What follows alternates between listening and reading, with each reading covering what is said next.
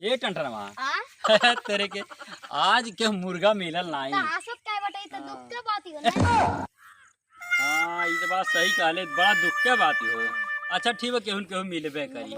चलिए हमें मैंने हमारे दादा माई मरले 12 साल हो गए। हाँ हो खुश रहा।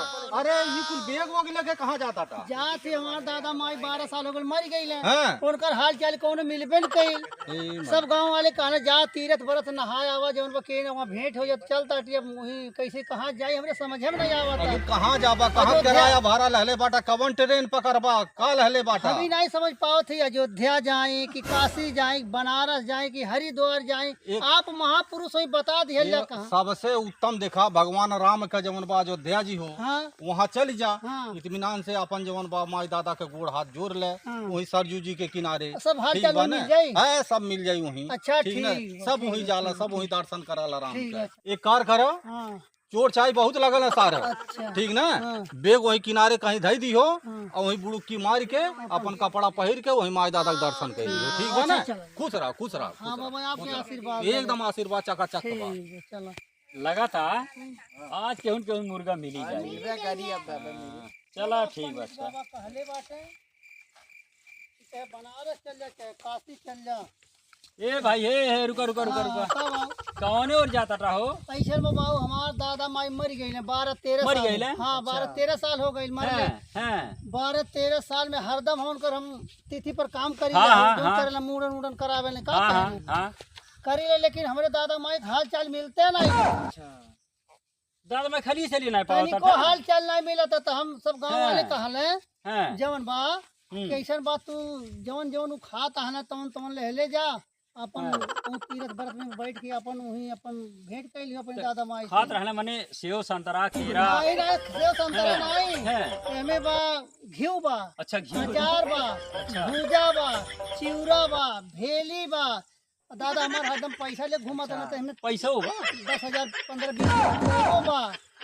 भई अन्य दिन हो गए तो हमें देव नहीं हाँ देव करबे करी तबे उनके आत्मा के माई संतुष्टि हमार मिली। पायल पहिरती रहल, बिछुआ पहिरती रहल, बहुत सजे मंगलसूत्र पहिरती रहल, हई हुमेल पहिरती रहल, कड़ा पहिरती रहल, सारा ओकर सब श्रृंगार हम लेले बाटी। चप्पल बा, जूता बा दादा के। हैं। हाँ नरखा बा बाबू अब चलता टी ने ते अब अच्छा रुका रुका ठीक है बता दी। आज बनावत ही मीठा मुर्गा, बड़ी सामान ले ले बाटे। का बतियावत है बाबू। नहीं कुछ वो सोचा ताटी है।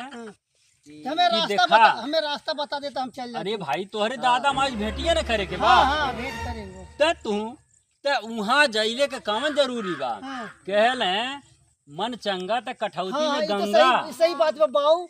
मन रहे सच्चा तो कठौती में। हाँ, बात सही ते बा। तू ऐसा करा हाँ। कि यही खूब बढ़िया से दादा माई के जो चेहरा बा वो आत्मा में कई के आ तू यहीं बैठ जा। मतलब खूब बढ़िया ध्यान कई ले तुरंत आ जाइए हमारे दादा माई। आ जाइए, उससे ही भेंट हो जाई। अरे बाबू अरे ऐसा तो क्यों मिले बोले पंडित बाबा जी ने मिलल हला का हाँ। बच्चा जाए जौन बा तीरथ व्रत में जाओ वहां जौन बा अपन दान पुण्य। अरे झूठे तोहार नुकसान करत रहल। हाँ तू यहीं बैठा। हाँ ना विश्वास बका तो तो यही बैठे दादा हमार मिल जाई है। हाँ मिल जाई है। हमारे विश्वास ना आई है। पड़ता बाबू। देख एक बात बतावा, हाँ पेट पिराला यहाँ हाँ या गोड़ पिराला यहाँ, हाँ आ दवाइया कहाँ खाला मुँह कहीं।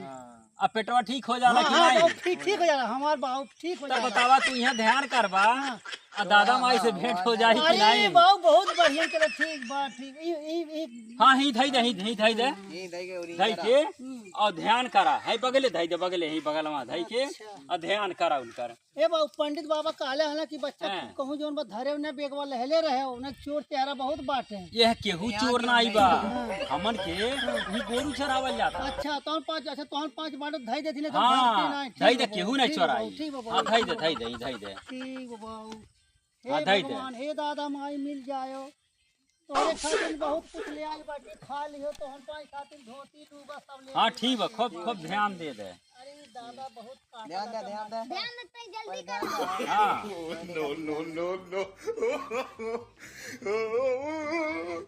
दादा माई जल्दी आओ। खाली अबेर होता ए बाबू ना आई आवत है हो। ए बाबू आय फिर दादा अरे अब्बा